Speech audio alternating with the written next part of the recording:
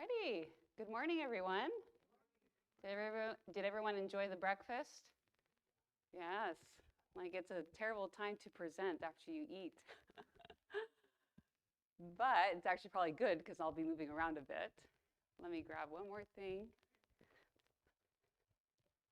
So our final presentation, it just flew by. So if you remember the first presentation, Conceal and Seal, we were looking at the invisible wounds of trauma. And I've appreciated that some of you have shared some of your own stories. And I wish I had more time to talk about those invisible wounds because it is very validating for those who struggle to be like, wow, like someone's finally acknowledging those wounds, or even for us maybe that don't have those wounds ourselves to build compassion for those who do.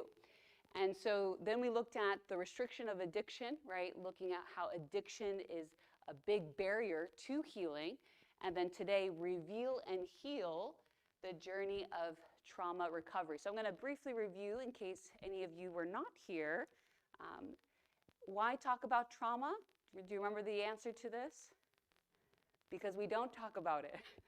We need to talk about it. We looked at these different reasons why we don't talk about it. We think it's the minority when it's actually the majority. We often have an incorrect definition of trauma.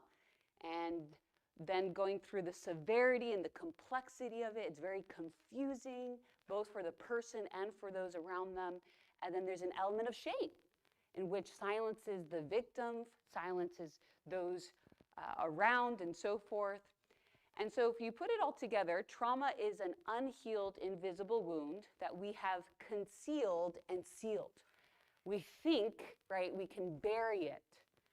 And then addiction and avoidance restricts our ability to heal those invisible wounds. And so the final part of our trauma recovery is revealing and healing those. When you think about trauma recovery, that's used a lot. What are we talking about when we talk about recovery? So if you think about what it means to recover something, maybe a good analogy for this would be if you accidentally delete files from your computer. And you're like, oh, I need to recover those files. When I was in graduate school, I was working on my thesis, and theses are like books. And I was working at the computer at the library, and gone. 50 pages. I could not find it. I could not recover those files. Now, it ended up being a blessing, but when you think about recovery, right, it's the action or process of regaining possession or control of something stolen or lost. So when you think about trauma recovery, it's finding your true self, how God designed you, buried underneath pain and hurt. Sometimes we think, oh, I need to become someone new. No, it's there. Trauma recovery is just making sure that I think about someone who's buried, right? You're trying to uncover them, recover them. Trauma recovery is finding your true self.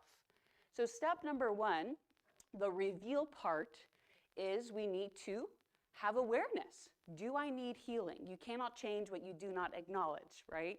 You cannot heal what you do not know is wounded. And that's why the first part, the whole conceal and seal, is to help realize, do I struggle with trauma? I love this quote. If you want to change the fruits, you will first have to change the roots. If you want to change the visible, you must first change the invisible.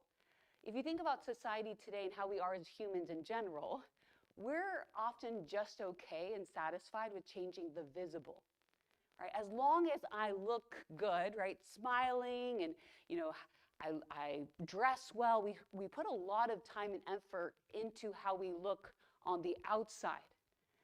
But that adds to the invisible wounds because I can smile. They often will say, how do you know someone's depressed or suicidal?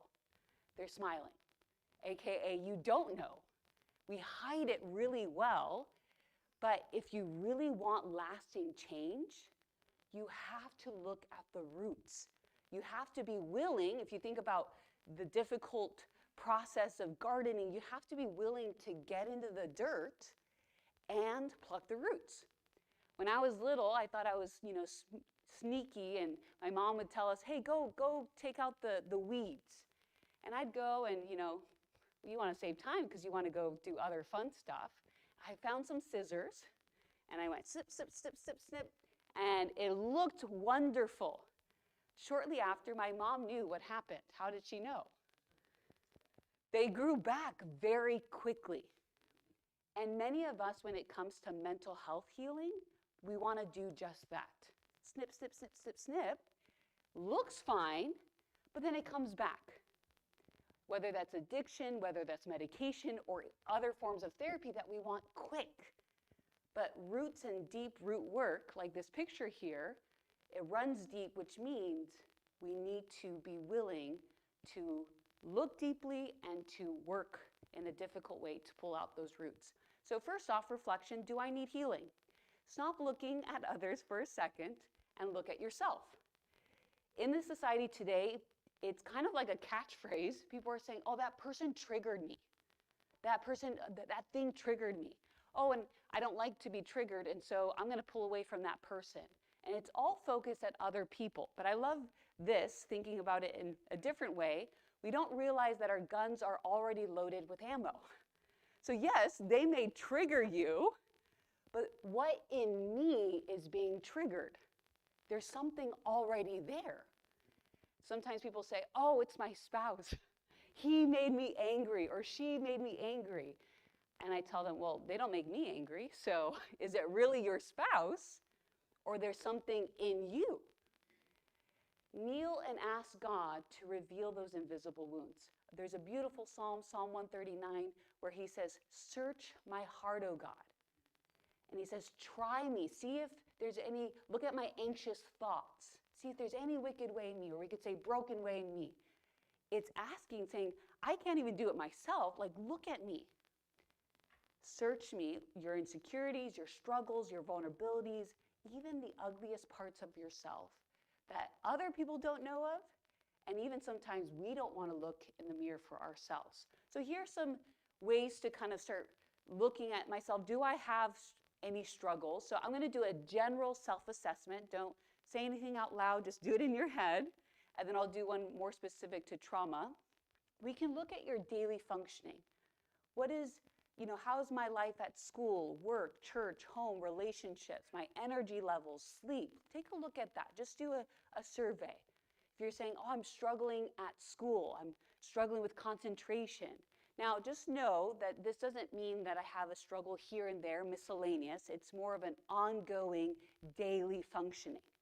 If you don't sleep well once, every 7 days, that's not what we're talking about here. It's a pattern. Take a look at just your daily functioning. And we're going to be using this triangle. It's a core component of many different therapies of our thoughts, our emotions, and our behaviors. And these are three main core components of our mental health. If you think about it, they're all linked, and that's why it's in a triangle. If I think something negatively, right, I'm the worst person, or I'm so stupid, how's that going to impact my emotions? Negatively, right? So you might feel down, depressed. And then how would that depression or sadness impact my behaviors? Negatively, right?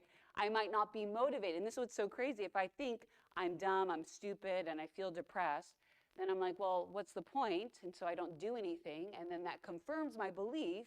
Oh, look, see, you failed because you didn't study, right? It's like it becomes a cycle. So we need to take a look at these things. So here are some more specific questions to reflect on. For my behaviors, how are my habits? What does my diet look like? My exercise, my self-care? Do I have any addictions? Media, porn, eating, so forth. What about my emotions? What's my general mood most days? Am I most days down? Am I most days anxious, angry, ashamed? Is my mood consistent or unstable? Meaning one day I feel this way, the next day I feel another. What about my thoughts? What's the trend of my thoughts? Are they primarily negative, irrational? So take a look at yourself in these particular ways. Now, specifically for trauma, you can ask these questions. Have I experienced trauma? And that's why part one was part one. Can I think or talk about my traumas without a strong urge to avoid. So notice some people can talk about it, and I have clients sometimes in the first couple of sessions, they're like, yep, this is my trauma, and they say it under like 2 minutes. Their whole life story, they're trying to speed through it. They're trying to avoid the emotions that go along with it. They're like, oh, I can talk about it, no problem. Or sometimes I'll have them write it out, and then they'll read it super quickly. Can you talk about it without a strong urge to avoid? How do I feel when I talk about it? Now, trauma, and I'll mention this a little bit later, always will include grief. So this is not to say that you can talk about it with a smile, you can talk about it without any tears, but how strong are those emotions? Am I triggered frequently? That's a sign that there may be unhealed traumas. Are these triggers perhaps related to my traumas? It's so fascinating when I do this work with clients. They're like, oh, I was triggered. And I'm like, okay, let's connect it back to the trauma. They sit there and they try to think, and then it's like a light bulb. There's a book called What Happened to You. It's one of the ones I'm going to recommend later. And it's written by Dr. Bruce Perry, who's a child psychiatrist. He specifies in trauma. And he says this in the book. It's a case example where this boy, teenage boy, had a lot of trauma in his childhood, but he was working with this psychiatrist, and he was going back to school, doing fine, but this one particular class he was really struggling in and having behavioral problems. And the teacher and other people were like, oh, what's going on with him? And so the child psychiatrist started to watch him and try to collect data. What's going on? And they found that, okay, it's not the subject matter. It's not the other children. What's going on? And the child himself didn't even know. This teenager had no idea. And what it ended up being was that the teacher wore the same deodorant smell as his father, who was abusive. And the child had no idea that he was being triggered because the brain, again, trauma is stored in our brain as fragments, was being triggered by the same scent. So part of the healing process is reflecting and saying, I need to reveal those invisible wounds. It's there. He had no idea. But if we spend enough time on those triggers, we can reveal and understand, oh, it's not the teacher, it's the smell. And so the child worked with the psychiatrist in order to overcome that trigger. So what exactly is the problem when it comes to trauma? Many times we think, oh, my addictions, anxiety, depression. Remember, those are the symptoms, not the root. But then we say, okay, well, it's the trauma itself. What happened to me is the trauma or the problem. And that's a yes and no. Yes, the trauma is traumatic, but I referenced this earlier about 9/11. If it was only the trauma, then what we would expect is that everyone exposed to the same trauma would have the same response, right? If it was just the event itself. But with 9/11, after 9/11, they did a study to see how many people had PTSD after 9/11. And they found only an average of 5% after 7 to 12 months had PTSD. Like 5%, that's not even the majority. So what about these people developed, right, PTSD? It's not just the event. What is it? So we looked at this yesterday briefly, and these are the three main components of PTSD, and we saw that avoidance gets in the way of recovery. So going back to the 9/11 example, what we understand is everyone, notice the measurement was 7 to 12 months after, everyone in those first couple months could have had these symptoms, but those who continued on to struggle were those who did not heal. Whether we talked about like the example of a physical wound or an emotional wound, is we have the ability to heal, but what gets in the way? And so we see that that's avoidance. And so if we know that avoidance gets in the way, and specifically in the way of processing the trauma. So if you think about trauma being fragments, And think about not just fragments, but sensory fragments, like the deodorant, right? Our brain, with something so traumatic, captures the sense, the sights, the sounds, all these things, and they're fragments. But if in the first month we say, oh, what happened?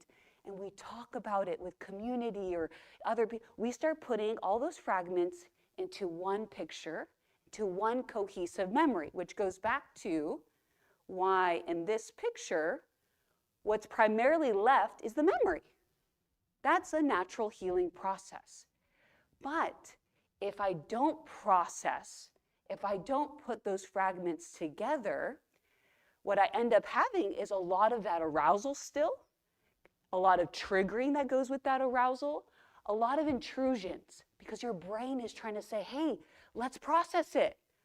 And this is what happens a lot with nightmares, because our brain, when we sleep, is trying to consolidate memory, is trying to put things together. Do you know that when you go to sleep, it takes the whole inventory of the day and it tries to process it? This is why PTSD is so problematic, because something gets in the way so that we don't recover. But then we see that people, even at night, where sleep would help them process, they're having nightmares and poor sleep that then further doesn't allow them to heal. The double whammy, right?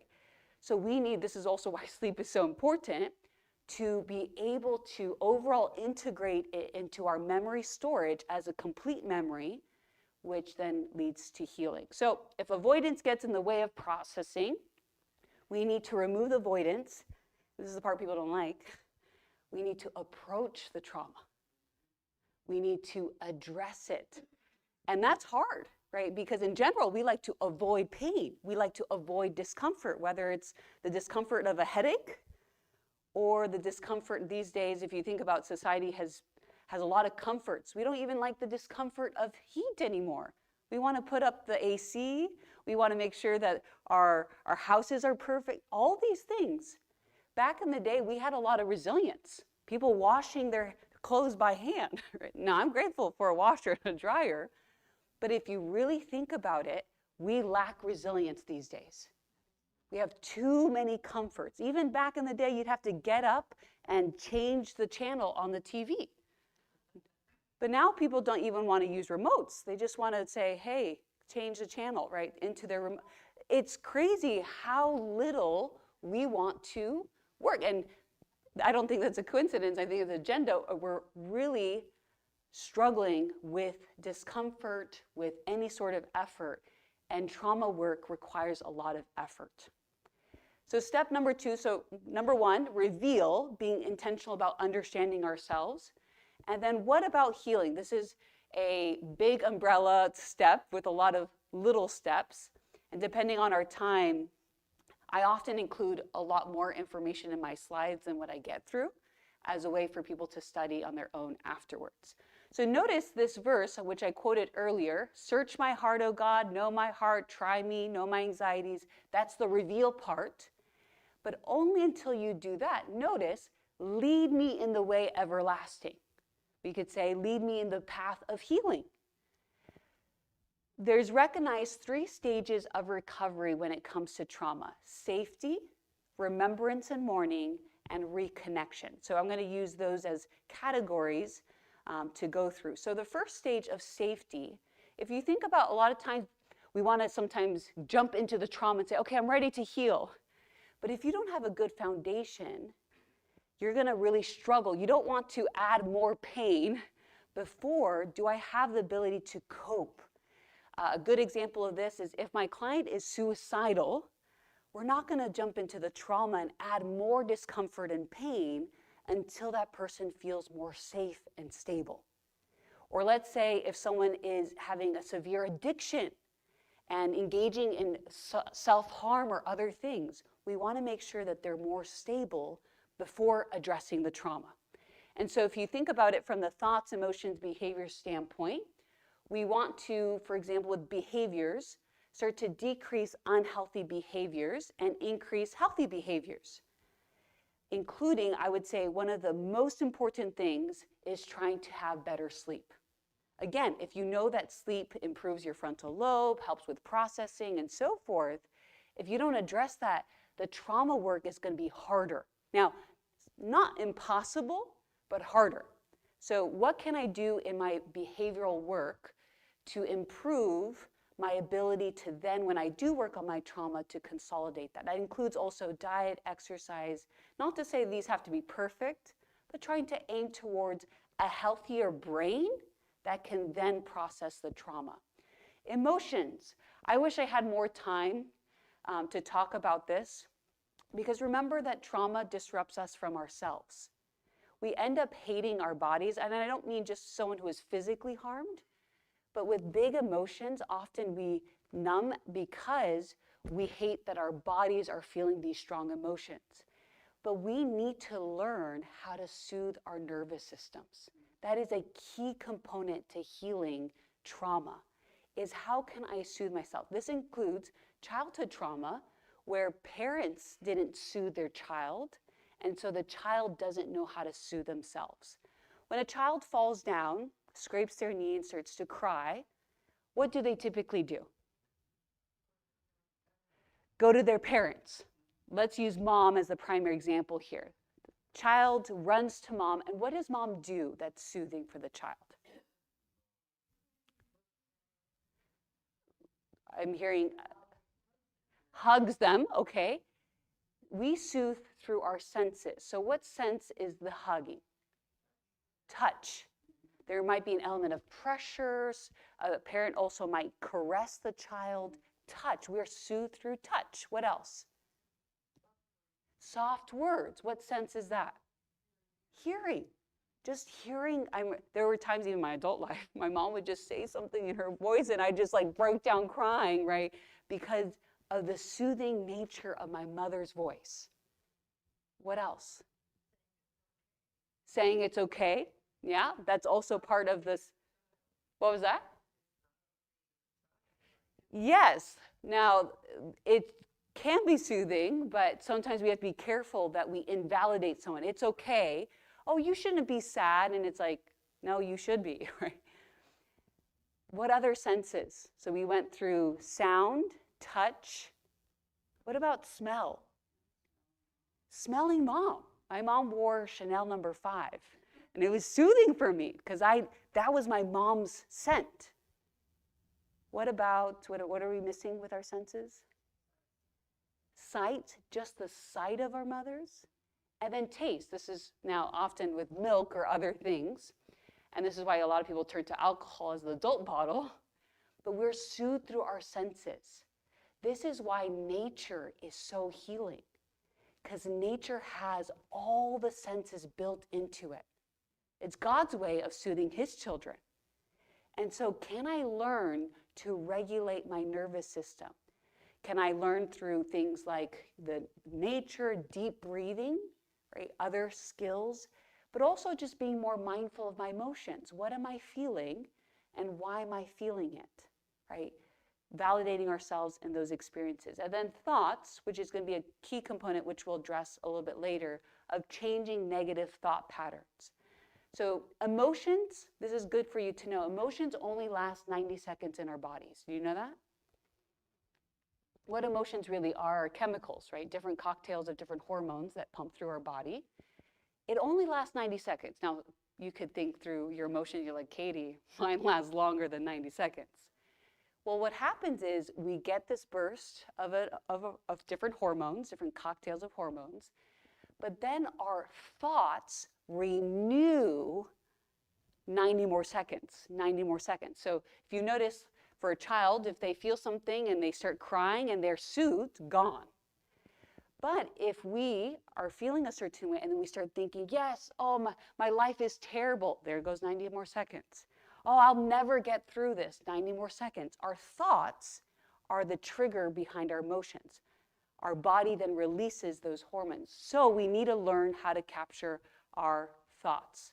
So stage number 2, so that was stage number 1 of trying to seek more safety and stability and learning how to cope better for your brain and for your whole system in order to then, when we engage in stage 2, we're at a better place to remember the trauma and to mourn the trauma.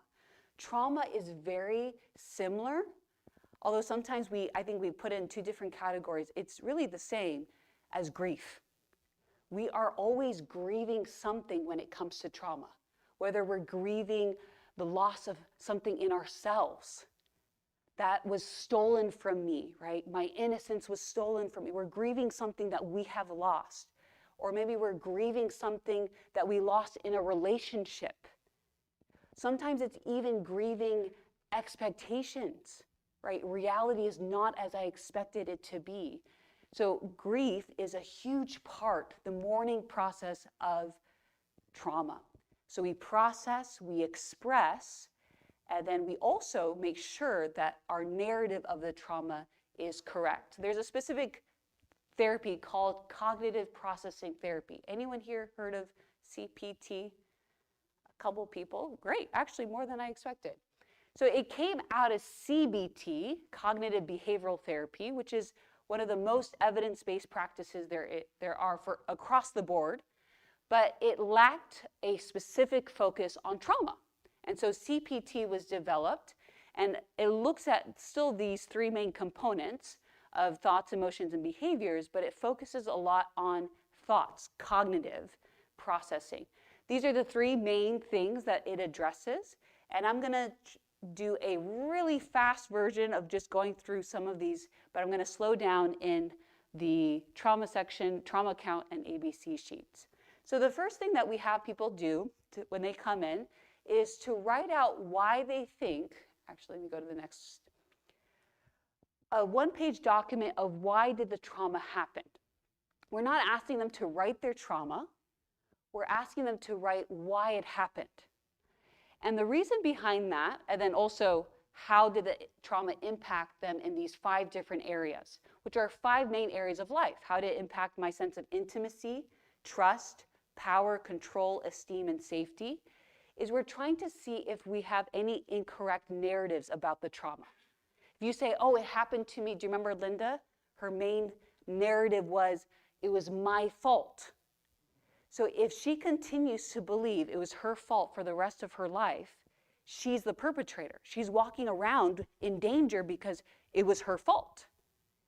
And so we would need to correct that. So why did it happen? Oh, it was my fault. Or sometimes you say, oh, well, if I only loved this person enough, they wouldn't have done that to me. In domestic violence situations of, oh, if I only, and sometimes remember, others silence the victim and blame the victim as well. And someone had shared with me, it's like, it's not just victim blaming, but also defending the perpetrator. That continues the cycle of abuse. So oftentimes in domestic violence, if someone comes in and says, oh, it happened because I didn't clean the dishes enough and he was really upset with me. I wasn't a good enough wife. Oh, not only to not have future trauma, but also to heal the past one, we need to identify what we call stuck points. Thoughts about the trauma that keep us stuck in recovery. But also when we talk about how did it impact me in these different areas, we're trying to see if there were also stuck points in these areas. So if we say, oh, with trust, I can't trust anyone ever again. That's going to continue to impact them. Remember, it's not just about the event, it's the narrative that we have formed as a result of that. Some people could have gone through trauma and said, yep, that person hurt me. That person's dangerous, and I'm going to stay away from that person. They're going to heal from the trauma. They processed it correctly. They'll heal, and they'll move on. But if they're like, oh, that person hurt me, and that person's a male, and all men are untrustworthy, now, will that protect them from future abuse? Partially, yes. They're going to stay away from all men. But what will it also do? Isolate them and lack connection. But not only that, but yes, maybe partially protect them. But can someone hurt them that's not a male? Yeah. We did this after 9/11. Oh, all Muslims are terrorists. Now, was there some truth in that? Yeah, some Muslims were terrorists, and we're trying to protect ourselves, but we then started being racist towards certain people, causing more harm. And could a white person be a terrorist? Yeah, so it doesn't really protect, but often because trauma happens and rattles our brain and then we didn't process it, we start creating these narratives thinking that we're protecting ourselves when we're not. And so therapy is trying to dig and find those stuck points that are keeping us from recovery. This is from the manual. By the time, and this is emphasizing also childhood trauma, by the time child and adolescent trauma victims receive therapy as adults, they may have settled on cognitions or thoughts that were constructed at a time when their executive functions, their frontal lobes, were not fully developed.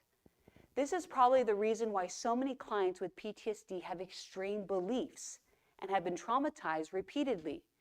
CPT may well assist such clients in developing affect regulation, regulating their emotions, increasing their thought flexibility instead of being so rigid, and changing many assumptions and beliefs that were developed at a period of cognitive immaturity, and key point here, that were never re-examined because of avoidance symptoms.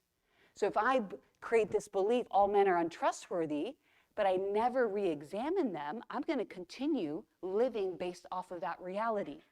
Or let's say for children, where it's highlighting here, their frontal lobe, which helps them with logic and reasoning, isn't fully developed to recognize that these beliefs of I'm not good enough, I'm worthless, or other things, where their parents or other people had told them for years, are not true.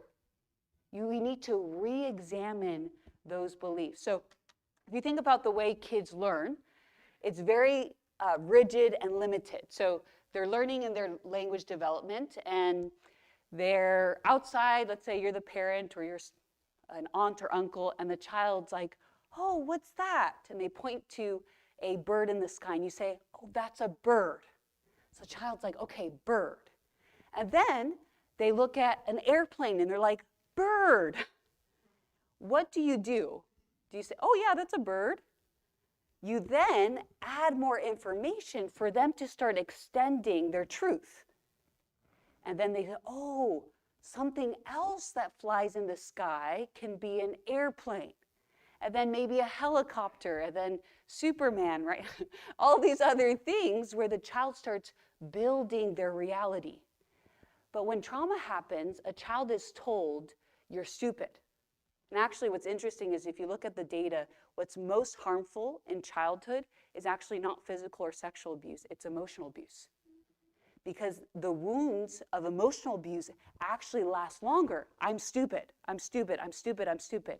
Throughout their entire lives, they continue on because they've never re-examined that. If the child learns that everything in the sky is a bird, they will literally, for the rest of their lives, believe that. And sometimes I tell my clients, hey, if I told you that the sky was green and the ground was blue, you would, for the rest of your life, believe that. That's how children's development works.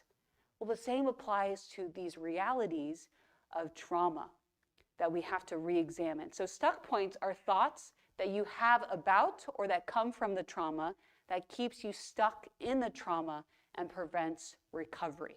So here are some examples that I've pulled from some of my clients that are very common in trauma. Self-blame is one of the most common ones. I'm to blame for the abuse. I am damaged forever because of the blank, whether rape or something else. I'm damaged forever.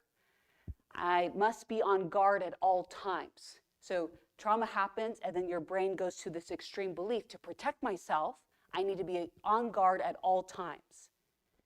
Other people should not be trusted, right? This all or nothing thinking of trustworthiness gone. God is punishing me. If I let other people get close to me, I'll get hurt again. I must control everything that happens to me. Expressing any emotion means I will lose control of myself. The world is dangerous. Notice as I say some of these things, there's bits of truth. This is what makes these so difficult. There may be bits of truth, including the world is dangerous, but is the whole world dangerous all the time? And then another very common one that I see is I am powerless. Where if you think about those last two, if you pair those two together, the world is dangerous and I am powerless, that contributes to significant anxiety. So here you are trying to treat the anxiety, but what's underneath it might be, if I'm completely helpless and powerless, do I want to leave the house? Because the world is dangerous and I'm powerless. I can't protect myself. So that's agoraphobia. Some people say, I'm powerless to my emotions. That often contributes to panic attacks. I can't have any ability to control my own body. And so we see that these stuck points are what are feeding a lot of our different symptoms. So we first find the stuck points, and we'll come back to them in a moment to challenge them. But the next step that we work on is having people, not everyone has to do this, but write their trauma account. And so the trauma account is to help them with their processing. So this is where we write the details of the event, including the sensory details. Remember, if it's stored as fragments, we want to put them together into one narrative. The second count includes writing their thoughts and feelings about the incident, and then you read it daily. Any ideas of why reading it daily? Yes? But a big part of it is building confidence that I can handle that memory. One thing that people don't realize, they're afraid of I actually thought this in the very beginning when I was being trained in this, I'm having them relive the trauma. That's scary. Are they reliving the trauma? No. We have to realize it's just a memory. We have to tell our bodies, because our body's reacting as if it's happening again. And we need to tell our bodies, it's a memory, it's done. You have already, if you think about it, people who've gone through trauma are extremely strong and resilient. They've already gone through the trauma. So to think about it is not reliving it. It's actually saying, I have the confidence enough to be able to put it away in the storage of my memory. So reading it daily is a practice of desensitization. And I've had clients who are struggling to write it the first time and struggling to read it in session and struggling to read it to themselves. And then by the end of therapy, they're like, I'm a little bored. I've already read it so often, it becomes just simply a memory. Think about all the memories that you have, pleasant, unpleasant. They're all memories. And so we have to build a sense of confidence. But when we avoid the memory, what we're actually doing is saying that it's still dangerous. This is what happens with OCD. If you're if I touch this, I'm going to contract a virus and die. And so OCD is I'm going to avoid it. But will I actually contract a virus and die if I touch this? No. So if I continue to avoid it, by my actions, I'm confirming my irrational belief. So OCD treatment will say, touch it. It won't even say touch it, it'll say touch it and then lick it. They've done this with clients who don't like public restrooms. You're lick the toilet seat. You're oh, that's gross. But why go to that extreme? To realize that you'll never be licking the toilet seat, but if you do that, even that won't kill you. You need to build confidence to realize God has built us to be extremely resilient. I can see a lot of people feeling disgusted right now. Now, no one go, that was not my recommendation to go lick toilet seats. But it's this idea that I can handle difficult things and I will be okay, especially because trauma has already happened.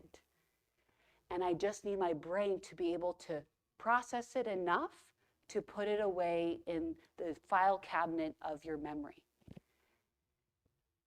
A beautiful story in the Bible is the story of a hemorrhaging woman. She was bleeding for 12 years nonstop. And when you read her story, the details of her story, you realize she experienced a lot of trauma.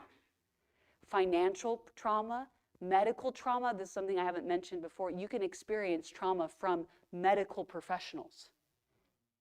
And it says that she went to medical professionals and no one helped her, drained her of her finances. We can read kind of in between the lines that back then culturally, if a woman was bleeding, She was ostracized from the community. Typically, you're on your menstrual cycle, you'd be away for a certain amount of time. But she was constantly bleeding, so she would have been completely cut off from society, from her husband. She would have been labeled as unclean. She would have experienced extreme shame. And so for her to come out in public was already a huge, huge effort on her part. But she wanted, which goes back to yesterday, and then it's also a point today, how bad do you want healing? She was willing to risk the shame of coming into the public, and she goes and she reaches out to Jesus' mantle. And if you know the story, she touches him, and what happens? Does it say that she's healed? What does it say? Does anyone know?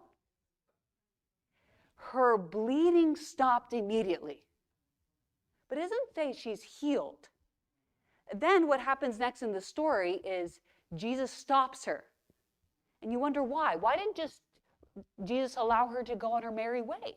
Why did Jesus stop her? He stops her. There's something that goes on. And then he says, your faith has made you whole. Then he pronounces healing. Go. So she was only healed after the interaction with Jesus. Why? And Luke shares a little detail that it says that Jesus asked her in the presence of all to share her story. Why? Because yes, she was healed physically with her blood when she touched him, but she wasn't yet healed socially, reconnected with her community, that Jesus needed her to share her story publicly, and then for people to know she had been healed, to restore her back, to heal her shame, to heal her emotions. That's why he says, your faith has made you whole. God is not just looking for physical healing or temporary or a part of your healing. This is a story about the importance of sharing your story in order to overcome shame. And I love this quote. It says, shame dies when stories are told in safe places. That's what happened for the hemorrhaging woman. Jesus didn't want her to just walk away with partial healing. Well, a big part of her trauma was the social disconnection. And he made sure that she didn't walk away. Even though he was rushed to heal someone else, he took the time to say, you are worthy enough for my time and for all the people here to hear your story. And I'm sure, too, her sharing her story was very powerful for her. This is why people share testimonies. Why people, when they have healed, or even maybe not completely healed, start to share, because it's healing for us. But notice it says safe places. Some people say, oh, I need to share, and they start sharing in general. We need to share it in safe places.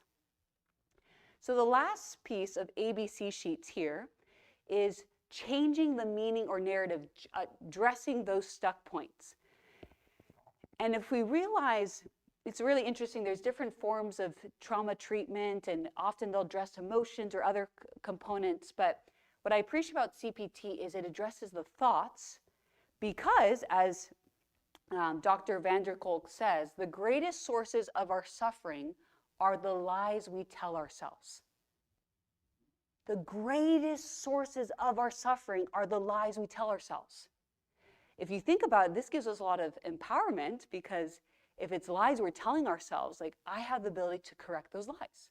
Now, the Bible adds that in John 8:44 that Satan is the father of all lies, because he comes and whispers to us these lies about our traumas and about ourselves, others, and about God. So this is an ABC sheet where we have people write down what happened, what are the thoughts that I have, and then how does that impact me, how does that make me feel?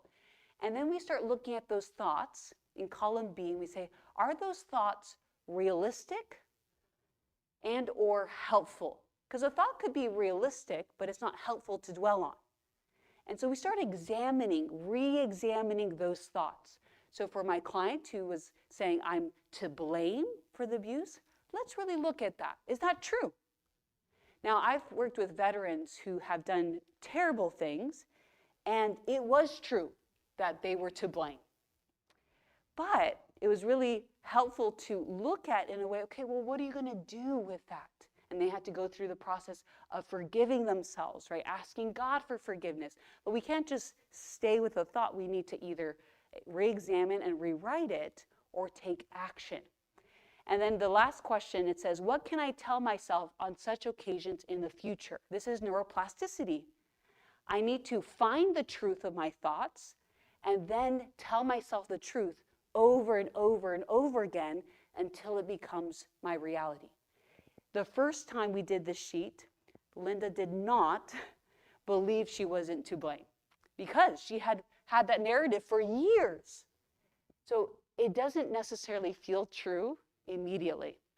And it doesn't feel true because our brain believes things that we tell with high intensity. If I'm like, I'm beautiful, my brain's not going to believe it. If I'm like, I'm beautiful, like high intensity and frequency. If I tell myself over and over and over again, I am to blame, I'm going to believe that. It's a well-formed pattern in my brain. Then we develop the sheet further, and it becomes very extensive, and you can look at this on your own time. But what it's doing is it's putting your thoughts on trial and giving it a fair trial, because you've always been like, oh, guilty, guilty, guilty, but you've never looked at those thoughts.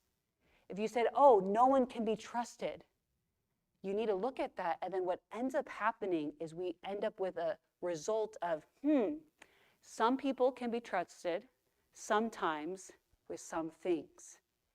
And the trauma brain is so scared of being hurt again, it just doesn't want to trust anyone. And then we come along and we just say, yeah, no, you need to trust people. It's like, no, your brain needs to know, well, who do I trust? And with what?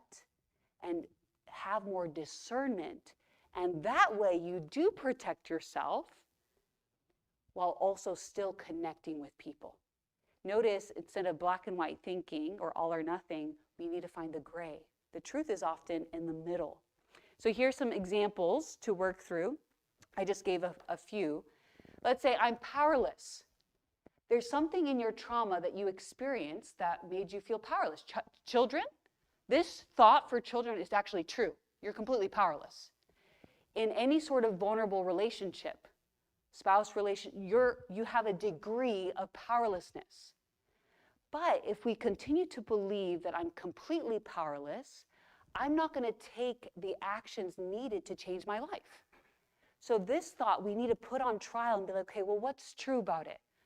What are some examples of adults being powerless?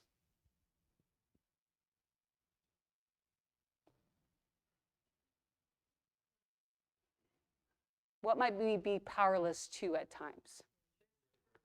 Change at work, okay? Now, that is a mixed one, because what people don't realize, they're like, oh, I've tried to talk to my boss, or I can't do anything. Well, you could still leave your job. So there's an element of powerlessness, but adults don't realize, some people will stay in that job forever, being so unhappy, and it's like, we actually have a lot of power as adults.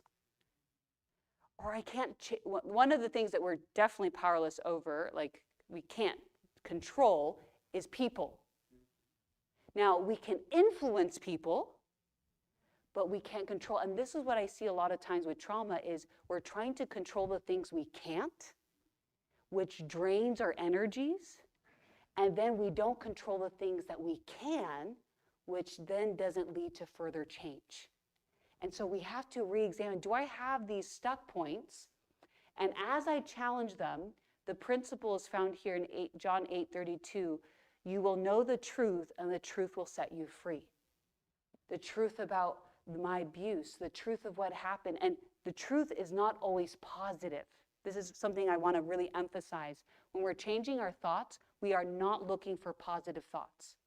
This is why a lot of people who try to do their own therapy, they get stuck because they're trying to aim for positive thoughts. And sadly, too, sometimes within a Christian environment, they think that's what the Bible teaches. Sometimes they quote Philippians 4:8 and be like, oh, whatever things are praiseworthy. Well, does anyone know what the list starts with in Philippians 4:8? True. Whatsoever things are true. That's our guiding principle, not positive. If you actually read the Bible, there are a lot of things that are not positive. It talks about a lot of trauma because life isn't always positive. People are not always trustworthy. You're not always safe.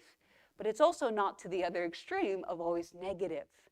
So we need to find the truth about ourselves, the truth about others, and so forth. Then there's two other main components that I want to emphasize, and they're touching on, notice, elements of trust, elements of power. For healing, we need to have a sense of empowerment and we need connection. Why is empowerment so important? I just alluded to it. Trauma often rips us of a sense of power. Things are done to us in which we're completely vulnerable to, and whether we're a child or a vulnerable adult, the power is one that the enemy is trying to really attack for us. So we have a sense of loss of power, and so we need to regain a sense of empowerment for healing. I mentioned Dr. Bruce Perry, the child psychiatrist, earlier. I don't recommend this book as one to read unless you're a clinician or a professional, not for someone's own healing journey, because it's a child psychiatrist, basically, notebook. Every chapter is a trauma. So if you're in a place of healing and you want to read, it's fascinating and wonderful, especially if you're a professional in this area. But if you're going through your own healing, it's often not helpful to hear about all the traumas of other people. But the book is entitled The Boy Who Was Raised as a Dog, because it talks about, in one of the chapters, a boy who was raised as a dog and the trauma that he endured. But he highlights a lot of elements of healing, and here's the element of empowerment. After all, one of the defining elements of a traumatic experience, particularly one that is so traumatic that one dissociates because there's no other way to escape from it, is a complete loss of control and a sense of utter powerlessness. So if that's at the core of trauma, then as a result, he's saying, regaining control is an important aspect of coping with traumatic stress. And what's even interesting is he talks about this, is children, if they've experienced trauma and specifically powerlessness, is sometimes they will reenact the trauma in different ways to regain their power. This is what we see with bullying. A lot of times kids who are bullying at school is because they're being bullied at home. So they have no power in their home, so they want to bully at school to regain power. Adults do this too. They bully in the workforce, they bully in other areas, or sometimes you see this with spouses where in their work, they feel completely powerless, and so they come home and they want to overexert their power in the home setting. You even see this in churches, where someone is experiencing powerlessness in one area of their life, and so they want to have the power in church settings. This is where a lot of people abuse power in positions of leadership, because they're actually lacking it in other areas of their life, presently or in the past through trauma. So those are unhealthy ways of empowerment, is we want to be able to recognize, how do I channel that into healthier ways? Because it is natural for us as human beings to have a sense of power. That's how God designed us. If you think about Genesis chapter 1, God gave us dominion. It's a part of our nature. We need that for healing. There's a great study, well, a couple of studies that were done on empowerment. And one was a rat hanging from their tail. And what they termed from this experiment was learned helplessness. So they would hang the rat, and at first the rat would scramble trying to escape. But what it would eventually learn is, nothing I do will help me escape. So what did it end up doing? It just started being still. There's no point in struggling, which, if you think about, is very adaptive. Yeah, why struggle if it's not going to turn out in any helpful way for me? They also did this with dogs, where they would put a dog in a box and they would have the dog, some dogs, on a shock pad. And they would shock the dog over and over again. And some dogs had the ability to, and this is before the whole, animal protections. Some of these are older studies. But some dogs, one group, had the ability to press a lever and the shocks would stop. So what did those dogs learn? That they have control to stop their pain. But another group of dogs were just on the shock pad, they had no lever, and they just get shocked over and over and over again. So what did they learn? Helplessness. Then they took those dogs and they put them in this box where, if you could see, on the left side is the shock pad, and all they needed to do is jump across in order to not be shocked. So the one who learned that they have control, they would immediately jump. What do you think happened to the dogs who had no lever in the first condition? They just stayed on the shock pad. They could have jumped over and stopped the shocks, but they had learned there's no point in doing anything to stop my pain, even though they were in a new environment. I remember when I learned this study, and it just immediately gave me compassion for my clients. Because often I'll be like, okay, do this homework, or make this change, and set these boundaries. And they would do nothing. And I'm like, come on, you can do it. And I'd get frustrated, and I realized they're these dogs. They don't believe that they can change. Because oftentimes, especially in childhood, if you have trauma happen to you over and over and over again, you start to believe that all these things happen to you and you have no power to make your life any different. And so they needed to teach them that what's crazy too is they would pick up the dog and like put them in, the non-shock, and still the dog it was so ingrained, it took them multiple times of doing this until the dog learned, oh, I have power. But it's interesting, we can think about sometimes we're the people that need to pick up the dog and show them a different life. This study is really fascinating, where they took rats and they put them in a pool of water, and they wanted to see how long they'd swim before they would sink and drown. And on average, they'd give up after 15 minutes, and then they would sink and drown. Now, what they started to do is they said, okay, they give up about 15 minutes, but what if before they give up, we pluck them out of the water, give them a sense of empowerment and hope, and then put them back? How much longer do you think they were able to go when they started realizing, well, maybe if I keep going, the experimenter will pluck me out and save me and then put me back in? So remember, they were only able to last 15 minutes. How much longer do you think they were able to go? 1 minute. 1 minute longer? Okay. Any other ideas? Okay, 30 minutes to an hour. Any others? 60 hours. 60 hours. That's 2.5 days. So they went from only being able to do 15 minutes, this shows the power of the mind, to then 60 hours. Why? Because they had the hope that if I just keep going, maybe they'll pluck me out. And I enjoy running, and I do a lot of long distance running, not so much these days, but this is the idea behind when you feel like you're at your max, you've only done 20%. You still have 80% left. Or they'll say, oh, if you're about to give up in running, just say, oh, 5 more minutes, or just around the corner.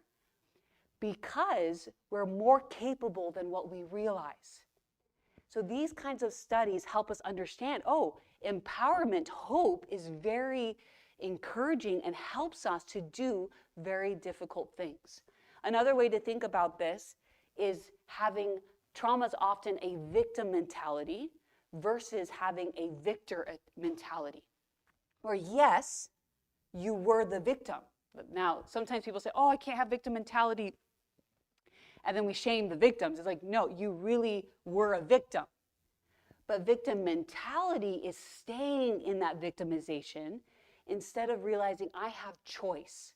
What do I do with the trauma that I've experienced? I love this quote. It says, when we're no longer able to change a situation, we are challenged to change ourselves. Viktor Frankl, I don't know how many of you have read his book or books. His most popular one's Man's Search for Meaning. And he was a psychiatrist who survived the concentration camps. And if you haven't read it, I highly encourage to read the book, Man's Search for Meaning. And he talks about the power of choosing your own way. There's a section that I've memorized because not word for word, but just the concept, where he's describing, he's in the camp and he's looking at everyone. And if you think about the details of their experience, they're ripped of complete power. They're taking away their identity, their family, they're just a number. They shave their heads, right? They barely have any food. And he says, you look at them, the typical inmate, and you would expect them, right, to just be survival of the fittest. But he said, and many of them were, but there were a few that even in those circumstances would still give away their last piece of bread. Right? You'd think, oh, I'm starving, like I'm not going to give that to someone else. And he's like, although there were not many, he said there were few, it taught me that everything could be taken from a man but one thing. You know what that one thing is? Choice. Power to choose your own way. Because he said either most inmates there were the plaything of circumstance, where we're just like, okay, well, circumstance dictates this. And he's like, no, those men showed me that everything could be stripped from someone except your choice of how do I choose to respond to my trauma. And if you think about their experience, we wouldn't condemn them for not giving away their last piece of bread. Right? We wouldn't condemn them for acting in malicious ways. And yet, it shows us that we can have choice. And we see that God emphasizes that, even in the story of the man at the pool of Bethesda, where he says, do you want to be made whole? We have to be a participant in the healing process. We need to be empowered in that experience. And part of that is to make meaning. So the first step, a big part of trauma recovery is changing the narrative. And as you do that, you go from really negative thinking to more truthful thinking. But then we have what we call post-traumatic growth, in which people graduate to another level. They don't just are okay or are able to cope with their trauma. They actually find meaning in the midst of their trauma. This is one of the quotes in the book, but from Nietzsche. To live is to suffer. To survive, or to thrive, I would say, is to find some meaning in the suffering. But just know that if you're in the first stages of healing, this is too hard to do. We're not expecting you to find meaning immediately in your suffering. You first need to heal from that, and then you are able to find meaning. And that's what we do in the final step of CPT, is we have them rewrite their narrative. And what we see is they go from I'm to blame to this happened. And it's a part of living in a sinful world, and I accept and so forth. But then they're able to rewrite it in a way that brings them meaning, including for Linda, she ended up being a teacher and doing other things in her life of, I want to protect other children who have been victims of abuse. And what's fascinating is I tell this to my trauma clients, there are things that they can do with their trauma that I can't even do as a psychologist. I can't help people in the same way that they can. And the Bible has a verse that says, we comfort those with the comfort that we have received. And that's something that we can take what the enemy meant for bad, as Joseph says in his story, what you meant for evil, God turned. God didn't cause it, because that's sometimes the positive thinking of like, oh, well, God wanted me to go through this. I'm like, God does not, he's not a proponent of trauma, but he can use it. And that's the term post-traumatic growth. It refers to positive changes that we experience after the trauma in which we would have never experienced without the trauma. You can grow in more ways because of the trauma than if you didn't experience it. The transformation, it's the process of transformation in which individuals emerge from a crisis with a deeper understanding of themselves, their relationships, their world, resulting in enhanced resilience, well-being, and personal growth. And this is where I see for some of my clients as well, like they'll often say, you know, because that happened, I'm much more of an empathic person. Even the trauma of mental illness. I had one client who just was super successful, top of her career, and then had a mental breakdown and was suicidal. And she's like, what's happening to me? And she said, you know, I used to really stigmatize and put down people with mental illness.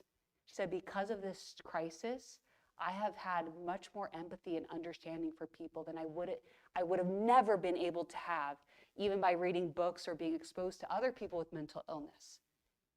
And this is the reality of a butterfly. If you think about what, and you can study the details of what they go through with metamorphosis, but they have to go through a trauma in order to come out as a butterfly. The caterpillar completely breaks down, and not only does it completely break down, but when it is about to emerge from the cocoon, do you know what the butterfly has to do? It has to scrape its wings, and actually it can cause some damage, not really damage, it's strengthening it in order to be able to fly. I don't know about you, but for me, many times I've asked God, I'm at the point where I'm like, oh, can you just cut the cocoon? Can you just let me fly? But what would happen if I came along and said, let me help this butterfly, and I cut the cocoon? What would happen? It wouldn't fly. And so we often want to pluck someone out of distress when we realize that that distress itself can lead to this growth. Here's a poem that was written looking at biblical stories that talk about this principle. I would have pulled Joseph out of that pit, out of that prison, out of that pain. And I would have cheated nations out of the one God would use to deliver them from famine. I would have pulled David out of Saul's spear-throwing presence, out of the caves he hid away in, out of the pain of rejection. And I would have cheated Israel out of the God-hearted king. I would have pulled Esther out of being snatched from her only family, out of being placed in a position she never asked for, out of the path of a vicious, power-hungry foe. And I would have cheated a people out of the woman God would use to save their very lives. I would have pulled Jesus off of the cross, off of the road that led to suffering and pain, off of the path that would mean nakedness and beatings, nails and thorns. And I would have cheated the entire world out of a Savior, out of salvation, out of an eternity filled with no more suffering and no more pain. And oh friend, I want to pull you out. I want to change your path. I want to stop your pain. But right now I know I would be wrong. I'd be out of line. I would be cheating you and cheating the world out of so much good. Because God knows, He knows the good this pain will produce. He knows the beauty this hard will grow. He's watching over you and keeping you even in the midst of this. And He's promising you that you can trust Him, even when it all feels more than you can bear. So instead of trying to pull you out, I'm lifting you up. I'm kneeling before the Father and I'm asking Him to give you strength, to give you hope. I'm asking Him to protect you and to move you when the time is right. I'm asking Him to help you stay prayerful and discerning. I'm asking Him how I can best love you and be of help to you. And I'm believing He's going to use your life in powerful and beautiful ways, ways that will leave your heart grateful and humbly thankful for this road you've been on.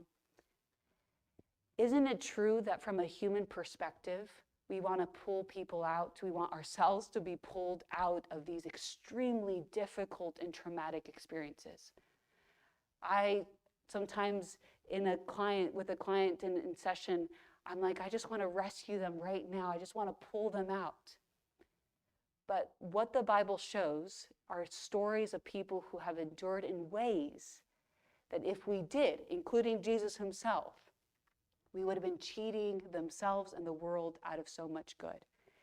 The cross was a symbol of torture, excruciating pain and death, right? It was a symbol. Like, we wear crosses around our necks these days. Why?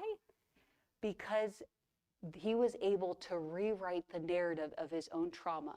Christ died and it became a symbol of life, right? From torture to treasure. And that's the same experience he wants for you, to be able to be empowered to rewrite your narrative that what the enemy meant for evil, God turned into good. And then the last main component, we mentioned empowerment, is connection.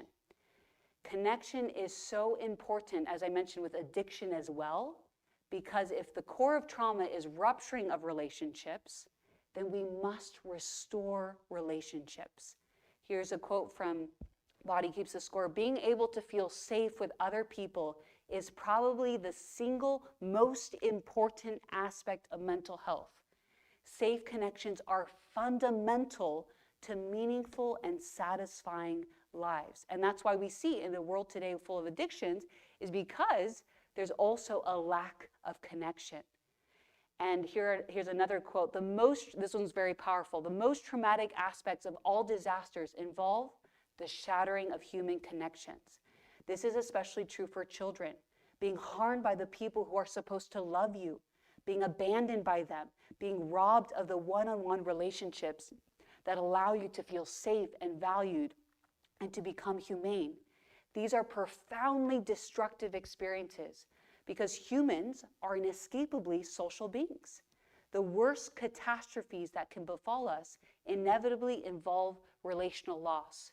As a result, recovery from trauma and neglect is all about relationships, rebuilding trust, regaining confidence, returning to a sense of security, and reconnecting to love. Of course, medications can relieve symptoms, and talking to a therapist can be incredibly useful. But healing and recovery are impossible, even with the best medications and therapy in the world, without lasting, caring relationships with others. And this is a psychiatrist speaking, right? We have to realize that a big part of healing includes relationships. And part of that, I don't have time to get into, so I'll give you some resources. Forgiveness is essential for healing, essential part of the mourning process. This is not referring to cheap forgiveness. This is not referring to forgiving someone without boundaries. That's a big misconception that we often just talk about forgiveness, and we act as if that we need to re-expose ourselves to more danger. Oh, I forgive and I forget. One, you can't forget. It's not possible. But two, we need boundaries. Matthew 18 has a long parable about forgiveness, but it's also the chapter that talks about if someone hurts you, you go talk to them, and if it doesn't get resolved, it says cut them off like a heathen. That's a boundary for you. Is as you're healing through trauma, we don't have time to get into this, you must utilize these two components in relationships. And most people struggle with boundaries.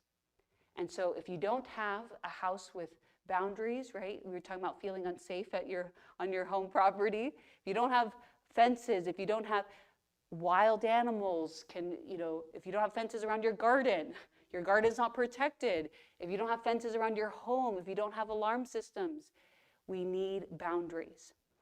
But it's not just about connecting to others. We talked about this last night. Most importantly, it's also about connecting with God. And this is what I want to close with, is a story I've learned a lot about trauma is through the story of my father. So the grumpy looking kid there, the smallest is me. My dad there is in the middle. And my father grew up in Brazil, so he's Brazilian. And when he was a baby, his mother didn't want him and abandoned him to the footsteps of his aunt's house.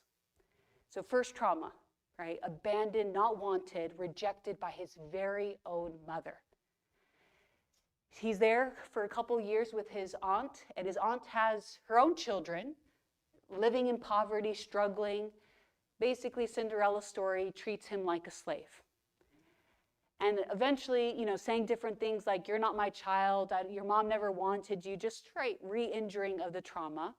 But his aunt eventually says, I don't want you either, and sends him off to an orphanage. Rejection and abandonment, number 2. He's there in the orphanages, and this is a part of his story he hasn't shared, but I would imagine at that time in orphanages there were multiple traumas that probably happened. Kids often physically abusing one another, sexually abusing one another, so we can't even imagine the traumas that he must have faced in the orphanage system. And from orphanage to orphanage, more rejection, he ends up then on the streets of Brazil at age 16. All by himself, living on his own, age 16, in also, if you know about Brazil, the favelas and other extremely dangerous and violent environments. So you can imagine the extent of the trauma that my father faced. But at age 16, he met a pastor, and the pastor handed him a book. This book was the Bible. And he said, my dad was a little problematic and mischievous at that time. He's like, this will fix you. And so he reads the Bible. And one of the verses that stood out to him that was extremely healing was this verse. Can a mother forget the baby at her breast? Right? It's painting a picture of a breastfeeding mother. Imagine it for a moment. Would it be easy to forget a child on your breast? You would imagine it's saying, like, no, like, the baby's right there. But the answer is yes. Mothers forget, aka abandon, reject their very own child and have no compassion on the child she is born. It's asking a question in which you would think the answer is like, of course not. But the answer is yes. Though she may forget, I will not forget you. See, I have engraved you on the palms of my hands. This is talking about Jesus on the cross, right, being nailed in a permanent way to say, I love you. I will never forget you. And my father read this, and he realized, I may not have an earthly family. I may not have a mother who loves me and one that forgets me, but I have a heavenly Father that loves me and died for me. And from that point on, my father's life changed. And it was so fascinating. I remember I was sitting in a graduate school course talking about attachment and trauma, and my teacher was painting a very grim outlook on trauma. And she said, basically, when you have this upbringing, this kind of upbringing with trauma and poor attachment, you're going to really struggle in life. And I went up to her and I shared the story about my father, and she's like, how? And I'm like, I have a great relationship with my father. I'm very close with him. He's not perfect, but I said, I have a wonderful attachment with my father. And she's like, how? I shared, well, he learned to attach to his heavenly Father. And this taught me that one of the most healing things for trauma is connecting with God. Timothy Keller says it this way: to be loved but not known is comforting but superficial. To be known and not loved is our greatest fear. But to be fully known and truly loved is, well, a lot like being loved by God. It is what we need more than anything. Isn't that true? If we were to really boil it down, what we really are seeking in life is to be fully known and fully loved. This is why marriage is so desired in life, because that's the closest that we can get to with a human, to be fully known and fully loved. And yet still we're afraid because people will hurt us, people will reject us, but to be fully known and fully loved, well, it's only fully possible with God. Now, with the true God of who we understand him to correctly be. And so a big part of trauma healing has to be reconnecting with this God of love. So to close, some application, some things to think through. What evidence is there in my life that demonstrates I have invisible wounds? What stuck points, negative thoughts do I have about myself, others, or God that's keeping me from being healed? Do I have a victim or victor mentality in life? Who are the people in my life who can help me? What is my relationship with God like? And then what is one step I commit to taking today, and thinking more so of this whole weekend, that I can commit to in healing from my traumas? Now, before I close, I mentioned that I will be providing all my slides, so these slides will be included. And I'm not going to go through this in depth, but I'll just show you what you can expect from accessing the slides. Is I have different books that I recommend. So this slide here are going to be books that I recommend for trauma specifically. Now, different people experience different traumas, so whenever I talk to an audience where I don't know the specific concerns, the first one is a general one, what happened to you. The second one is on childhood sexual abuse. It's one of the most helpful ones that it's very specific to childhood sexual abuse. Then the last two have to do more with the connection between our minds and our bodies. This next one has to do with relationships. So the first two are on forgiveness, right? A big component of our healing journey. Then boundaries, and especially if you have struggled with attachment, you're going to want to learn how to have safe relationships. And that sounds like, wait, what, Katie? What are you talking about? Many of us don't know the signs of unsafe people, and so we re-injure ourselves by connecting with people that are unsafe. And then many times we don't know how to engage with safe people. So that's a guide for you as well. This next slide will give you resources on healing our relationship with God, especially in the context of trauma. Why do bad things happen? Why do I pray and I don't see God answering? And then there's a book called God in Pain, talking again about suffering. And then this last one's kind of a hodgepodge of attachment and addiction. So How We Love, it was one of the, well, we had several books here that were giveaways. Talking about attachment, I mentioned it before. Then there's one related to our attachment with God, and then one specifically on addiction, and one on digital addiction. So how to minimize and become more of a minimalist with your digital access. Then some audio resources. So where I work, I'm one of the podcast hosts of the Brain People podcast. It's a great podcast on all things mental health. It's a team of 4, so 2 psychiatry, one's a psychiatrist, one's a PA talking. They have an angle a lot about medication and supplements. And then myself and my colleague Amanda Anguish, we talk a lot more about the therapy thing, so all things mental health. And then my sister, she's a marriage and family therapist, and myself, we did a temporary series during COVID called Truth Prescriptions, and that looks at CBT, cognitive behavioral therapy, and the Bible, how to integrate that. So that's on YouTube called Truth Prescriptions. And then I do a lot of speaking, so you can find some of my other seminars on Audioverse. So you can look at that later. And then some of you have asked about Beautiful Minds, where I work, and what resources do they have there. There is psychotherapy as well as psychiatry services. There's an intensive outpatient program, which is a 3-week program. It's outpatient, meaning you're not living there. You come in every single day from 9 to 12. Intensive, meaning you're there every day, 5 days a week from 9 to 12. And specifically, you also work with a psychiatrist and a team that helps you overcome depression, anxiety, other issues. It's a fantastic holistic program, so they also emphasize diet and exercise. We also have a wellness center where you can incorporate hydrotherapy, massage therapy as a part of your treatment, which is very beneficial. For those people who can't come in person, we have a version of that intensive outpatient program online. I'm one of the instructors. It's called Overcoming Anxiety and Depression. And then on our website, we have tons of free webinars on different topics as well, other online resources.